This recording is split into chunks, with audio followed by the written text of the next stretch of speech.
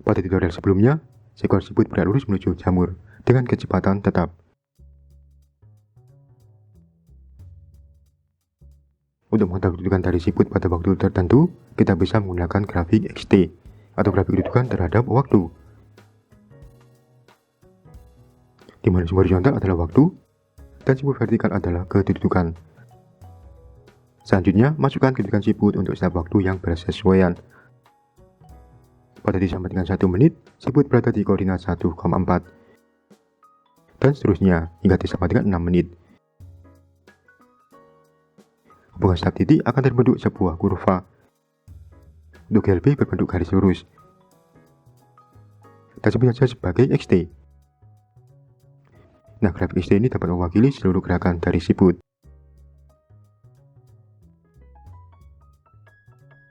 Sebelumnya kita telah mengenal persamaan GLB, yaitu V sama dengan delta X dibagi dengan delta T.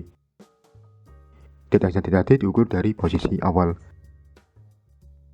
Dari sini V sama dengan XT minus T0 dibagi dengan T minus T0. X0 tidak selalu dengan 0, akan tapi T0 hampir selalu 0. Sehingga XT sama dengan X0 plus VT. Ini tidak lain merupakan persamaan garis lurus dengan gradien sebesar V. Sesuai dengan bentuk kurva pada grafik XT. Dengan cara yang sama, kita juga bisa mendapatkan grafik VT, atau grafik kecepatan terhadap waktu. Untuk GLB, berbentuk garis lurus horizontal, namun tidak sama dengan 0. Nah, nilai dari V selalu sama sepanjang waktu. Kita dapat menuliskannya sebagai VT sama dengan V. Mengetahui persamaan XT dan VT, kita bisa dengan mudah mendapatkan nilai kedudukan tanpa perlu melakukan pengukuran langsung. Untuk kasus siput yang bergerak lurus menuju jamur, V sama dengan 4 cm per menit.